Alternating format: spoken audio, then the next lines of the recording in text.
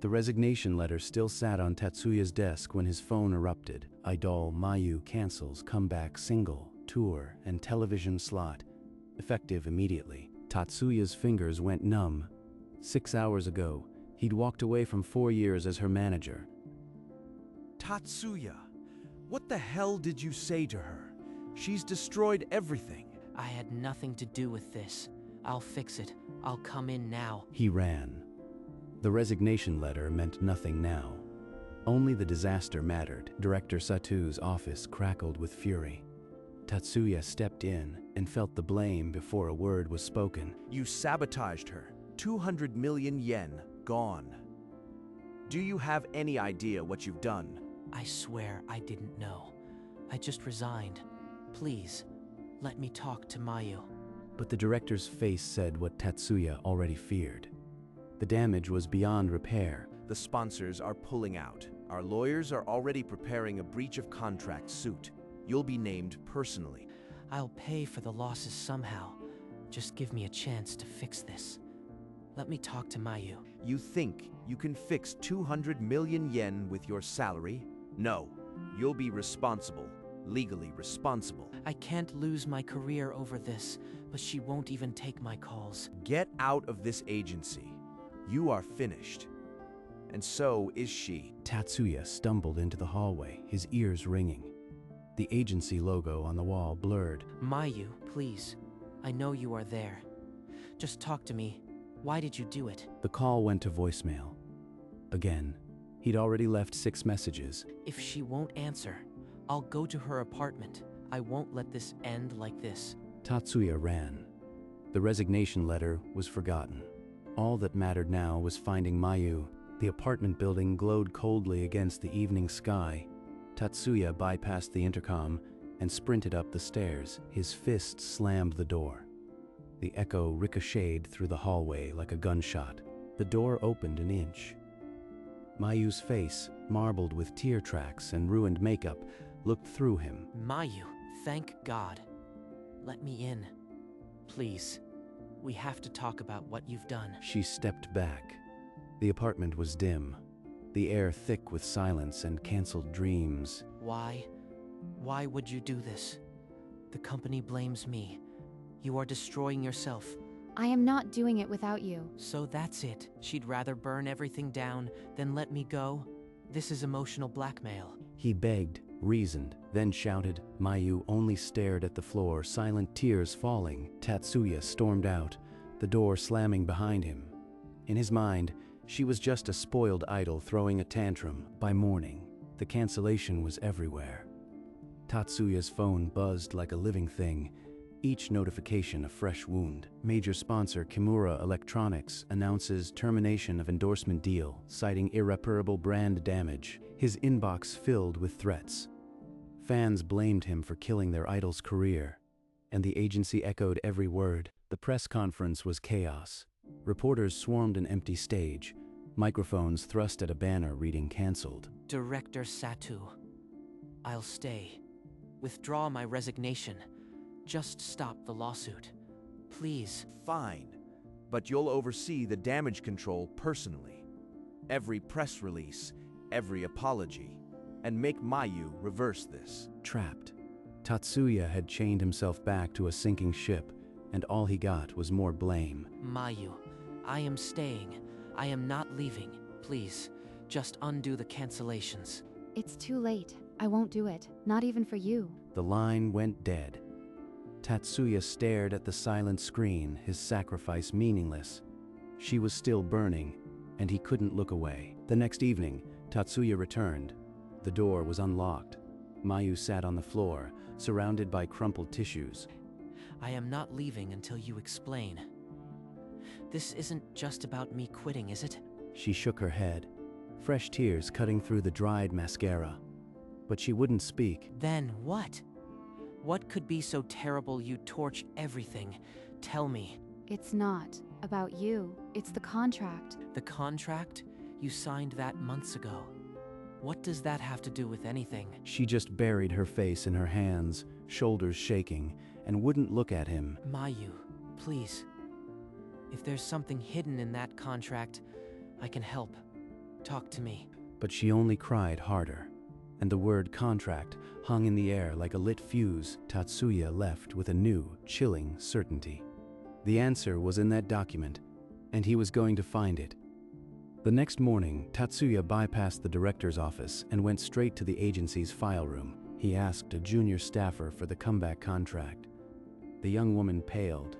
The file had been sequestered. Director Satu materialized in the doorway, his face a thundercloud. You think I'd let you near that contract? It's under legal review. Get out. What are you hiding? If there's nothing wrong, let me see it. The director simply snapped his fingers, and security arrived. Tatsuya was escorted out into the hallway. In the hallway, a different staffer, a boy they all overlooked, pressed a folded document into Tatsuya's hand. It was the original contract. Thick black bars devoured entire paragraphs. Tatsuya's hands trembled. The redactions were aggressive, unmistakably deliberate. He didn't know what was hidden, but the agency was prepared to destroy Mayu to keep it buried. In his cramped apartment, Tatsuya smoothed the contract under a desk lamp. The redactions cast long black shadows. Buried in section 14, a few words escaped the heavy ink. Image rights are transferred in perpetuity to a subsidiary. In perpetuity. A subsidiary. This wasn't a comeback contract. It was a cage. The clause meant once signed, Mayu's face, her name, her art would belong to the agency's hidden entity. Forever. She'd have been a product they could sell or bury. The price of her return was everything she was. His hand trembled. The cancellations, her silence, the tears, all of it snapped into a single, horrifying shape. She found it. She must have. That's why she destroyed the launch. Not for me, but to avoid this. He shot up, knocking the chair back. Guilt and adrenaline burned in his veins. He grabbed the contract and sprinted out. The door slammed shut behind him. If Mayu knew, he had to hear it from her. No matter what it cost, the door opened a crack. Mayu stood there, eyes hollow, as if she already knew why he'd come. Section 14. Image rights in perpetuity to a subsidiary. You found this clause, didn't you? She didn't deny it. Just a slow, broken nod, and the tears came again. Why didn't you tell me? I thought you were punishing me. I blamed you for everything. You would have fought them, and they'd have crushed you. Your career, your reputation, everything. She crumbled fully then, the truth spilling out between sobs, a confession 3 days late. The only reason I spotted it was because you taught me to read my own contracts. No other manager ever did. So you waited until I resigned. You absorbed the fallout, so it wouldn't end my career. I couldn't refuse legally without proof, so I destroyed the launch. This way, only I pay. The weight of it hit Tatsuya like a physical blow. She hadn't destroyed them. She'd saved him, at the cost of herself. I am so sorry.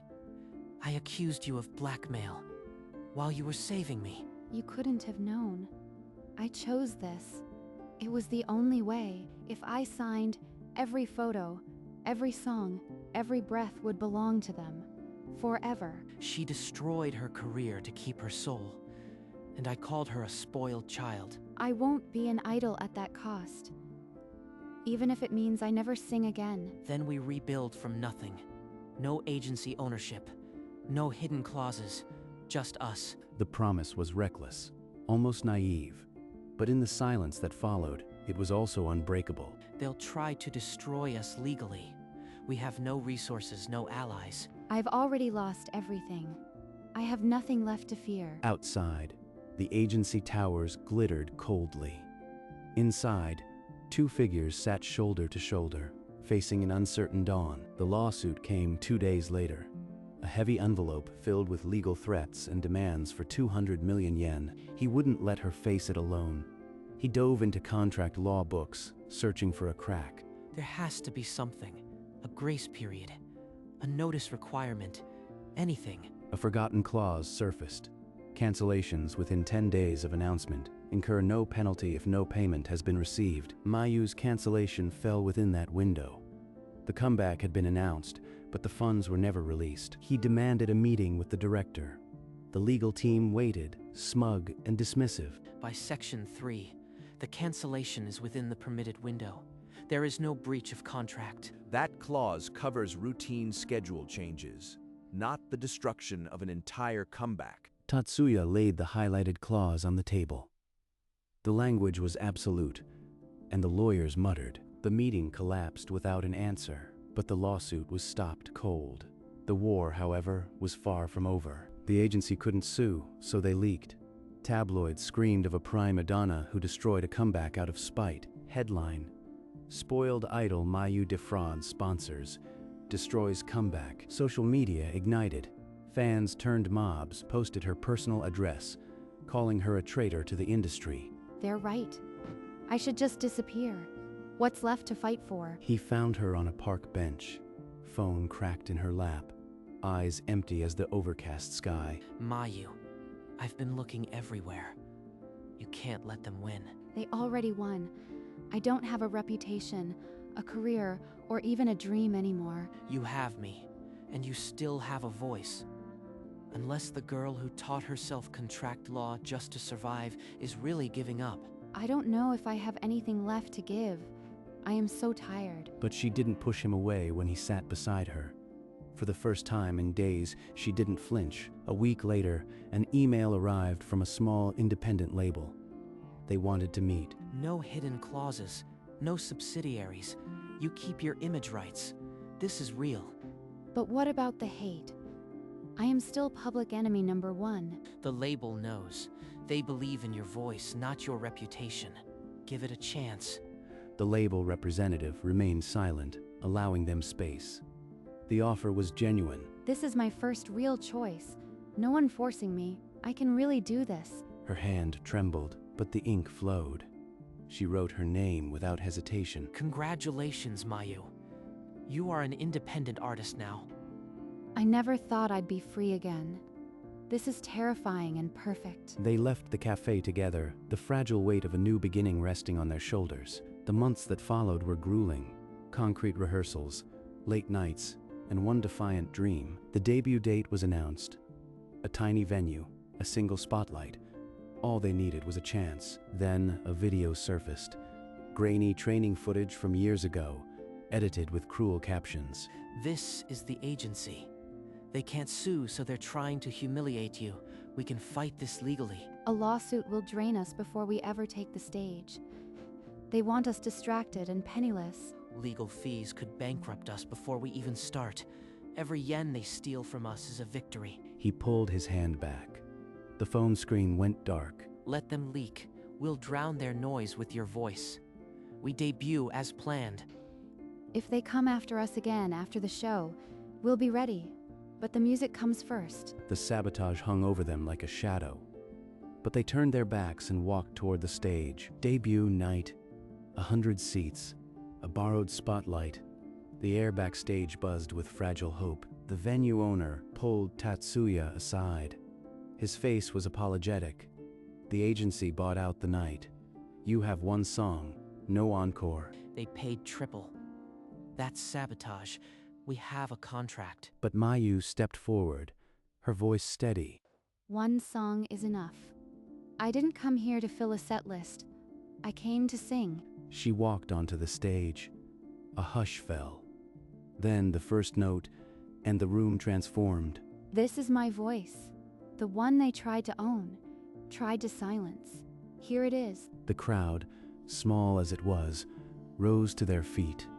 Not for the idol they remembered, but for the woman they were discovering. She's really doing it. She didn't need saving. She never did. When the last note faded, she bowed. Not a single person had left. The sabotage had backfired. Tonight, she'd won. Within hours, a grainy phone recording of Mayu's performance surfaced online. It wasn't polished, but the raw passion in her voice made it unforgettable. One comment read, "I came here to hate her. But who is this? This isn't the Mayu from the tabloids." Look at this. People are actually listening. They're starting to question the smear. Don't get your hopes up. It could still turn. By morning, Mayu's voice was trending. Supporters dissected the old footage, finding signs of manipulation. This could be the turning point, or it could be a trap. We can't let our guard down. For the first time in months, I am not afraid to look at my phone. In the agency tower, Director Satu watched the same #climb. His silence was more dangerous than any lawsuit. The tide was turning, but they both knew the fight was far from over. An encrypted message arrived from a journalist who'd been tracing the agency's legal abuses. She wanted a meeting. He met her in a quiet cafe.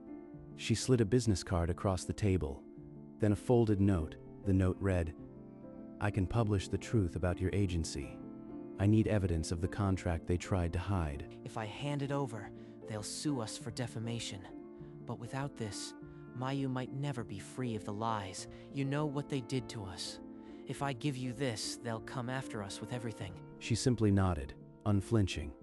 He saw no fear in her eyes, only the same fire he'd seen in Mayu. This could end us, or it could be the only real chance we have. I trusted Mayu's sacrifice. Now I have to trust this. He pulled out the USB drive, the contract scans, the redacted clause, months of hidden pain. Everything is here. Do what you have to. Clear her name.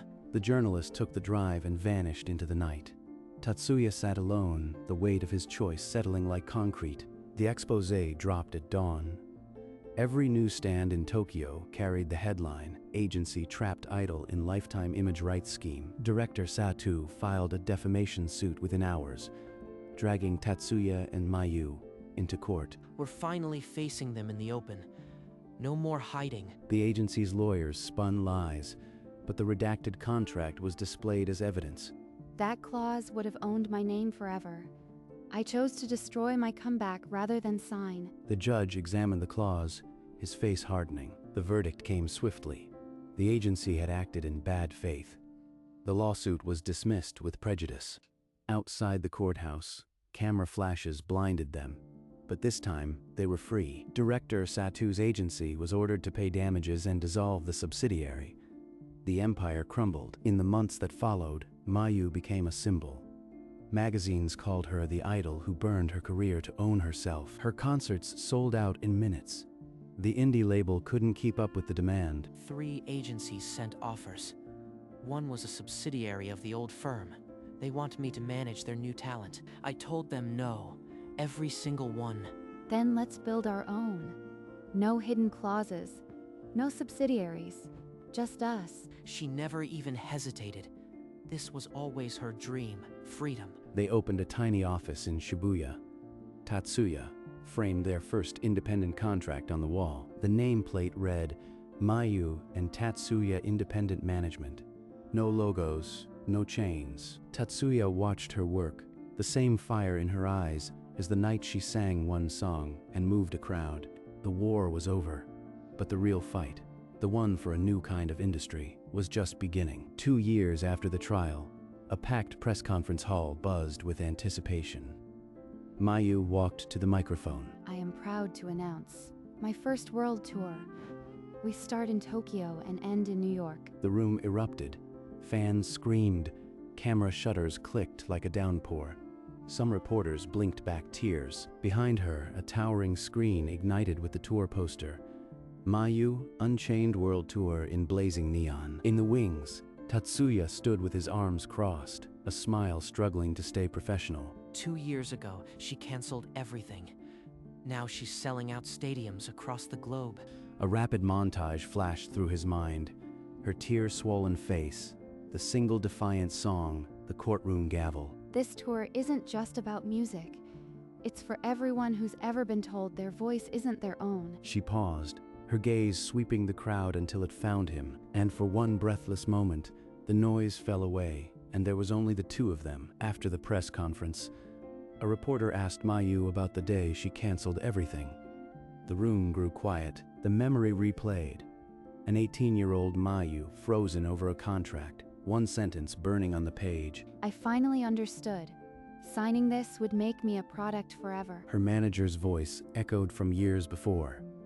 Tatsuya had pointed to a paragraph and said, "Read every line." Never let someone else decide your worth. Because of him, I found the trap. So I destroyed my comeback, not just to save myself, but to protect him too. Tatsuya stood frozen in the doorway, the coffee cup forgotten in his hand. She didn't just save her career, she saved mine. And I never knew. He was the only person who ever saw me as more than a commodity. I couldn't let them destroy him for my freedom. He wiped his eyes with his sleeve, the unspoken bond finally given voice, and in that quiet hallway he realized their story had never been about management. It had always been about devotion. The opening night of the world tour filled the Tokyo Dome.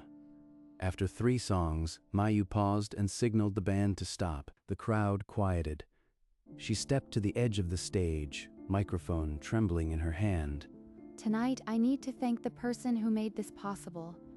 Not an agency, not a sponsor, my manager. A spotlight swung to the wings, illuminating Tatsuya. He froze, eyes wide. He taught me to read contracts. He gave me the courage to destroy my own comeback. And he stayed. Tears spilled down her cheeks, but she didn't wipe them. She just smiled. This next song, it's for him. For the one who never let me be a commodity. Tatsuya stood frozen in the wings, the weight of every memory pressing down. He bit his lip to hold back a sob. The audience erupted in light sticks, a sea of blue and white waving in silent salute. And as the first chord of her new song rang out, he finally let the tears fall. Hours later, in a quiet diner, they sat across from each other, the concert still humming in their veins. Mayu, do you ever regret it? Destroying everything? Not once. I'd do it again tomorrow. Tatsuya stared at her, then a laugh escaped. Quiet, incredulous, full of relief. Besides, we have a whole world tour to plan now. No more cancellations, I promise. I'll hold you to that. No more burning down empires, okay? He looked at her then, not as a manager, but as someone who understood the weight of 200 million yen and one priceless choice. They left the diner together, stepping into a night that smelled of rain and jasmine. Their footsteps fell in sync, a quiet rhythm that needed no words. And under the stars, Mayu smiled, the smile of someone who had finally come home.